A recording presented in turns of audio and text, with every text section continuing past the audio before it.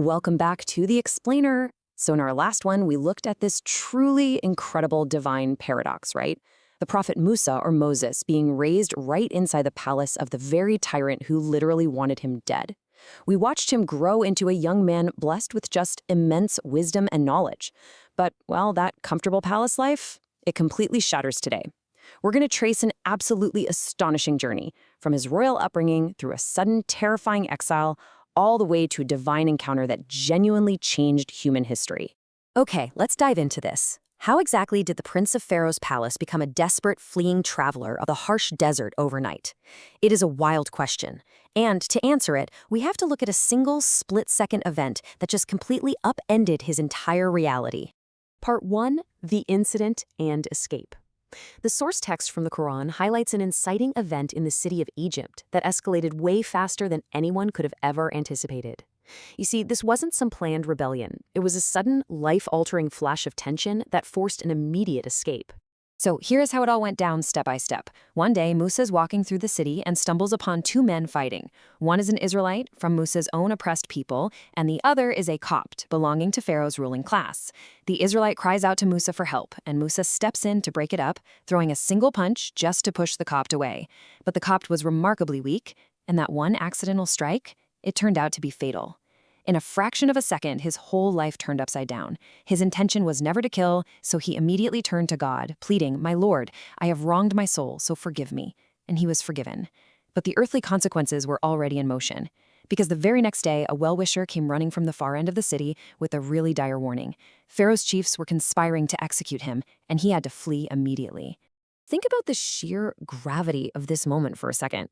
Leaving the immense comfort, wealth, and security of the palace, Musa is suddenly a fugitive. He flees toward the region of Madian entirely alone. He has no provisions, no caravan, no guards, just this urgent, desperate flight into the unforgiving desert to save his own life. Which brings us to part 2, the Well of Midian. After days of just grueling, exhausting travel across a totally barren landscape, our weary traveler finally arrives at a local watering hole.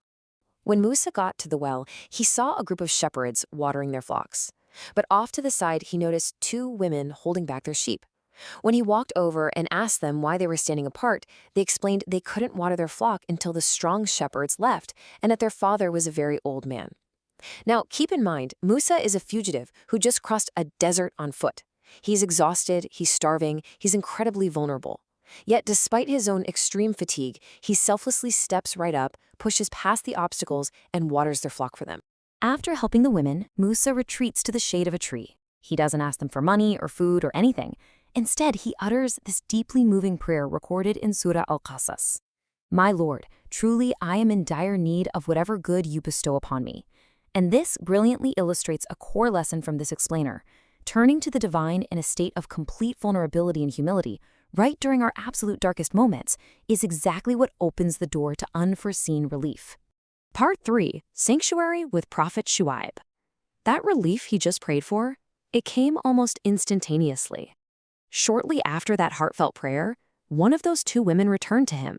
Walking with great modesty, she delivered an invitation. Her father was calling for him, to reward him for watering their flock.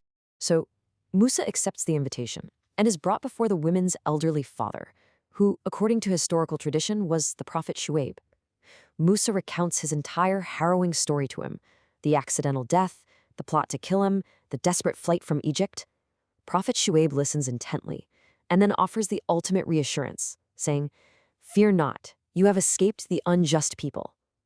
In an instant, the terrified fugitive finds absolute safety and real emotional comfort. Let's move to and see how this builds a completely new chapter for him. Recognizing his strength and how trustworthy he was, Prophet Shuaib actually hires Musa and even offers his daughter in marriage. The dowry? 8 to 10 years of labor.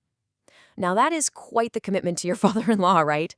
But for a decade, Musa finds peace, rebuilds his life, starts a family, and truly heals in the quiet sanctuary of Midian. Part 4, Prophethood at Mount Sinai. Musa's ultimate purpose wasn't just to be a shepherd forever.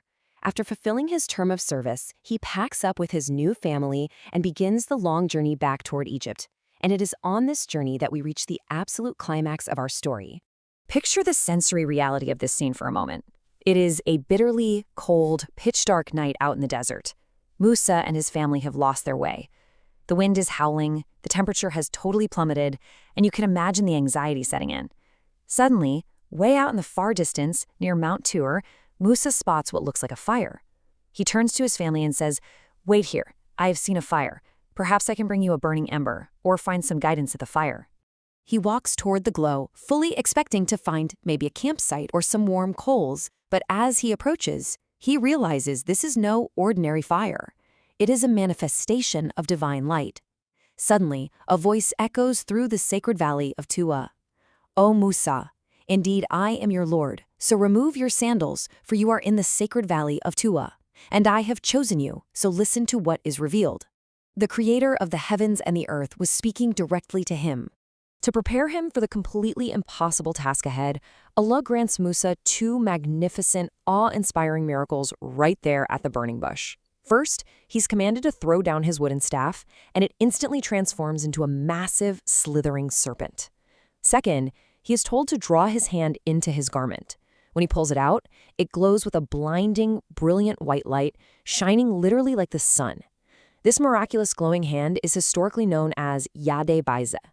So the crucial point is that these breathtaking miracles weren't merely for show.